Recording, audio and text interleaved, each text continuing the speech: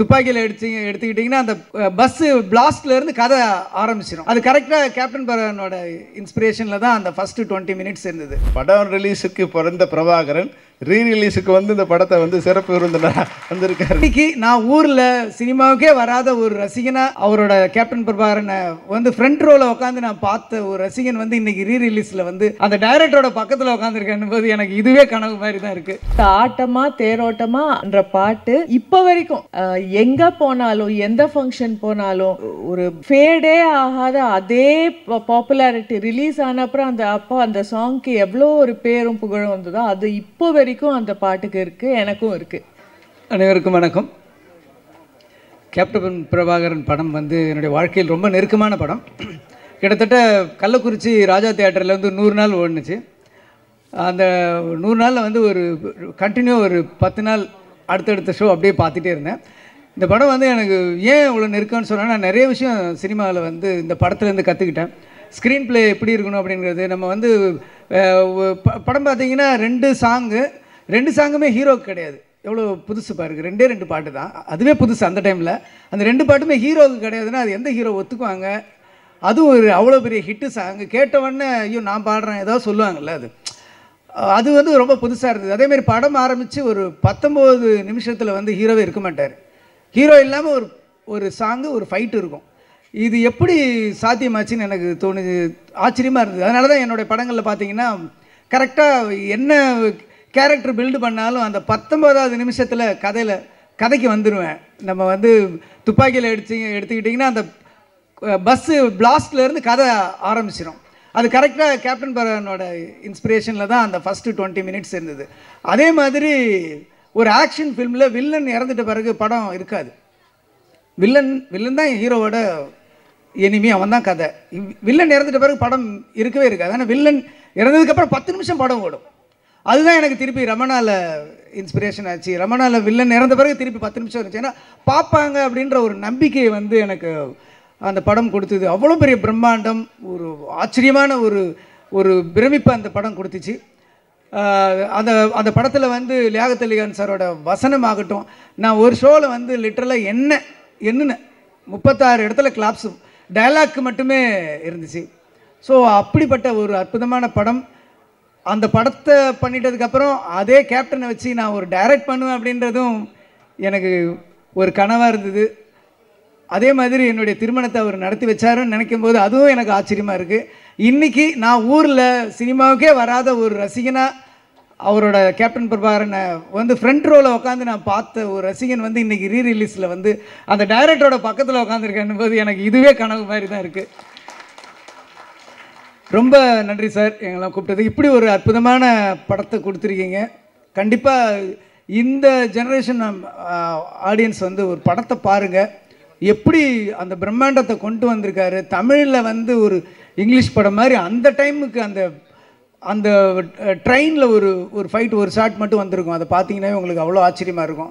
Action சீக்வன்ஸ்லாம் பிரமாதமாக இருக்கும். அந்த 20 மினிட்ஸ் பில்டப் பண்ணி அந்த ஹீரோ வந்து அந்த போலீஸ் ஸ்டேஷன் ஃபைட்டுக்கு முன்னாடி ஒரு ரோட்டில் அடித்து அங்கேருந்து போய் போலீஸ் ஸ்டேஷனில் இது பண்ணுவாங்க. அந்த ஃபைட்டுக்கு மட்டுமே தியேட்டர் பிளாஸ்ட்டாக இருக்கும். இந்த தடவை பாருங்கள் இந்த படத்தை, ரொம்ப உங்களுக்கு பிடிக்கும். என்னை கூப்பிட்டு அழைத்த அனைவருக்கும் நன்றி. Thank you sir. விஜய் பிரபாகரன் அவர்களுக்கும் எனது வாழ்த்துக்கள். நீங்களும் பிரபாகரன் அந்த கேப்டன் பெயர் போல புகழ் உச்சை அடைய வேண்டும் என்ற வாழ்த்தி விடைபெறுகிறேன். நன்றி, வணக்கம். கிண்டல் செய்தவர்கள் பல பேர். வெற்றி என்னும் அரண்மனைக்குள் உள்ளே நுழைய முடியாமல் வெற்றி அரண்மனையின் கோட்டை கதவுகளை தட்டிக்கொண்டே இருந்த இவர் உழைப்பால் நடிப்பால் கோட்டையின் கதவுகளை உடைத்து ராங் சென்டிமெண்ட்டை தூள் தூளாக்க விட்ட இந்திய சினிமாவின் மகாராணி, வெற்றி சாதனைகளின் ராஜமாதா, நடிகர் திலகம் சிவாஜி, ரஜினி, கமல், பிரபு, சரத்குமார், பாலகிருஷ்ணா, வெங்கடேஷ், டாக்டர் ராஜசேகர், ஜூனியர் என்டிஆர், பிரபாஸ், விஷ்ணுவர்தன், சிவராஜ்குமார், மம்முட்டி, மோகன்லால், அமிதாப் பச்சன் வரை நாயகியாக நடித்த ஒரே நாயகி இவர்தான். இவரது வெற்றிக்கு அடித்தளமிட்டது கேப்டன் பிரபாகரன். கேப்டன் பிரபாகரனை வெற்றி படமாக்கியது இவரது ஆட்டமும் பாட்டமும். அன்று ரஜினியிடம் வயசானாலும் இன்னும் அழகும் ஸ்டைலும் குறையவே இல்லை என்று சூப்பர் ஸ்டாரை பார்த்து இவர் சொன்னாலும் இன்றும் இது இவருக்கும் பொருந்தும். திருமதி ரம்யா கிருஷ்ணன் அவர்களை வாழ்த்துரை வழங்க அன்போடு அழைக்கிறோம். அனைவருக்கும் வணக்கம்.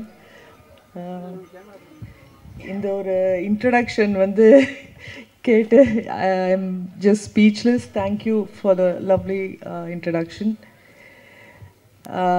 இன்ட்ரடக்ஷனில் சொன்ன மாதிரி நான் தமிழில் ஆரம்பிச்சிட்டேன். அப்புறம் அவ்வளோ சக்ஸஸ்ஃபுல்லாக இல்லாமல் அப்புறம் தெலுங்கில் போய் நடிக்க ஆரம்பிச்சிட்டு இருந்தேன். அந்த டைம் தான் எனக்கு கேப்டன் பிரபாகர் வாய்ப்பு வந்தது. மெயின் ஹீரோயின் இல்லை, ஆனால் செகண்ட் ஹீரோயின் அந்த மாதிரி ஒரு ரோல் தான். ஆனால் அந்த படம் எனக்கு கொடுத்த வெற்றியும் பேரும். அதுக்கப்புறம் நான் 15 வருஷமோ 10 வருஷத்துக்கு அப்புறம் படையப்பா பண்ணுறேன். அது வரைக்கும் அந்த ஆட்டமாக தேரோட்டமான்ற பாட்டு இப்போ வரைக்கும் எங்கே போனாலும் எந்த ஃபங்க்ஷன் போனாலும் ஒரு ஒரு ஒரு ஃபேடே ஆகாத அதே பாப்புலாரிட்டி ரிலீஸ் ஆன அப்புறம் அந்த சாங்க்கு எவ்வளோ ஒரு பேரும் புகழும் வந்ததோ அது இப்போ வரைக்கும் அந்த பாட்டுக்கு இருக்குது, எனக்கும் இருக்குது. அண்டு நிறைய ரசிகர்கள் அந்த பாட்டு பார்த்து எனக்கு ரசிகர்கள் ஆனவர்களும் இருக்காங்க. அந்த வாய்ப்பை எனக்கு கொடுத்த செல்வமணி சாருக்கும் கேப்டன் இன்னைக்கு I miss him the most today. இன்னைக்கு அவர் இருந்திருந்தால் ரொம்ப ரொம்ப சந்தோஷமாக இருந்திருக்கும். அவர் எங்கே இருந்தாலும் இந்த படம் திருப்பி ரிலீஸ் ஆகி ஃபஸ்ட் டைம் ரிலீஸ் ஆனால் அப்போ எவ்வளோ வெற்றி பெற்றதோ அதை விட டபுள் மடங்கு வெற்றி பெற அவர் மேலேருந்து வாழ்த்துவார்ன்ற நம்பிக்கை எனக்கு இருக்குது. அண்ட் கேப்டன் குட்டி கேப்டன் பிரபாகர் இங்கே இருக்கிறதுல I am very happy. I seen them as children. வளர்ந்து இவ்வளோ பெருசாகி ஒரு பார்ட்டியை லீட் பண்ணி பாலிட்டிஷியனாக வேறு இப்போ இருக்காரு. All the best you. இங்கே வந்திருக்கும் அனைவருக்கும் நான் பேசின ஸ்பீச்லேயே இதுதான் கொஞ்சம் லெங்க்திய ஸ்பீச். பட் எல்லாருக்கும் வணக்கம். I am so happy to be here. All the best Selvamani sir. Rocket another big hit and thank you so much. அனைவருக்கும் நன்றி. கேப்டன் பிரபாகரன் திரைப்படத்தை 35 வருடங்களுக்கு ஏறக்குறைய பிறகு ரீரிலீஸ் செய்வதற்கான இந்த விழாவிற்கு வருகை தந்துள்ள நண்பர்கள் அனைவரையும் வருக வருக வருக என வரவேற்கின்றேன். உண்மையாகவே ஒரு சந்தோஷமான ஒரு பரவசமான நிலை தான் இருக்குது.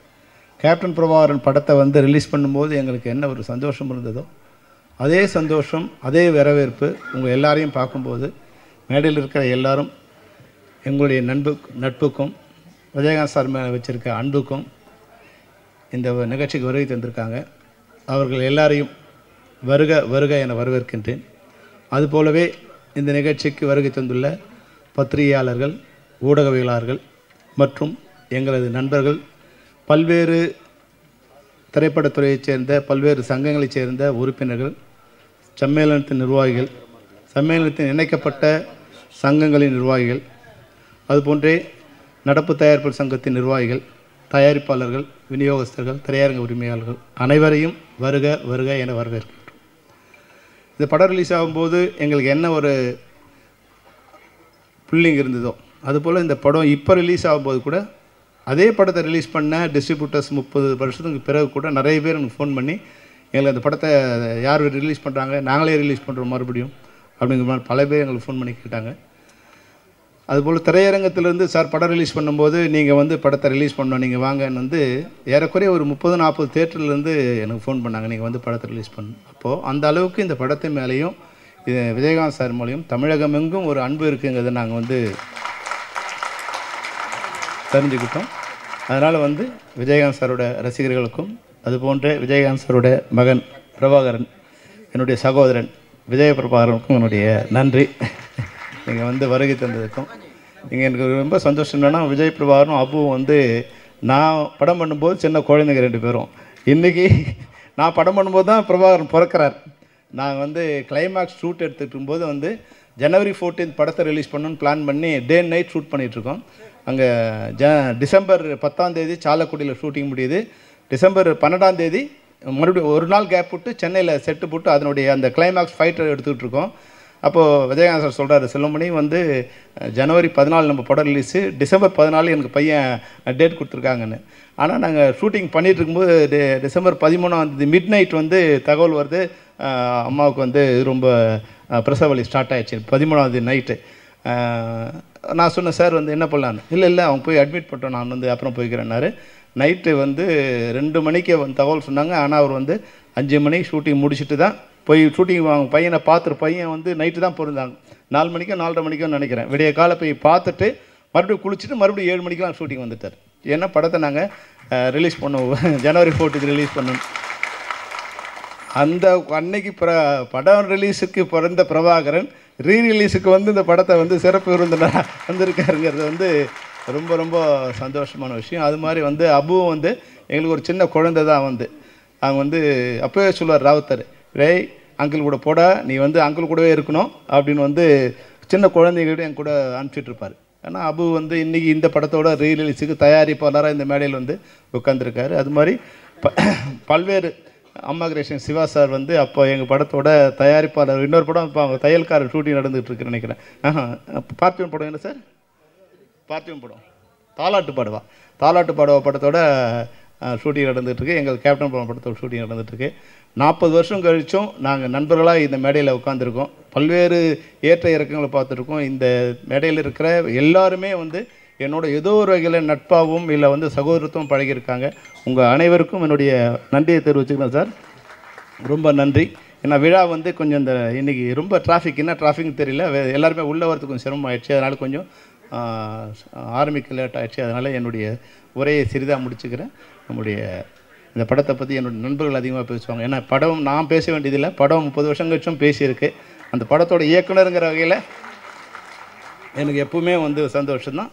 அந்த சந்தோஷத்தோடு மற்றவர்களை பேச அழைக்கிறேன். நன்றி, வணக்கம்.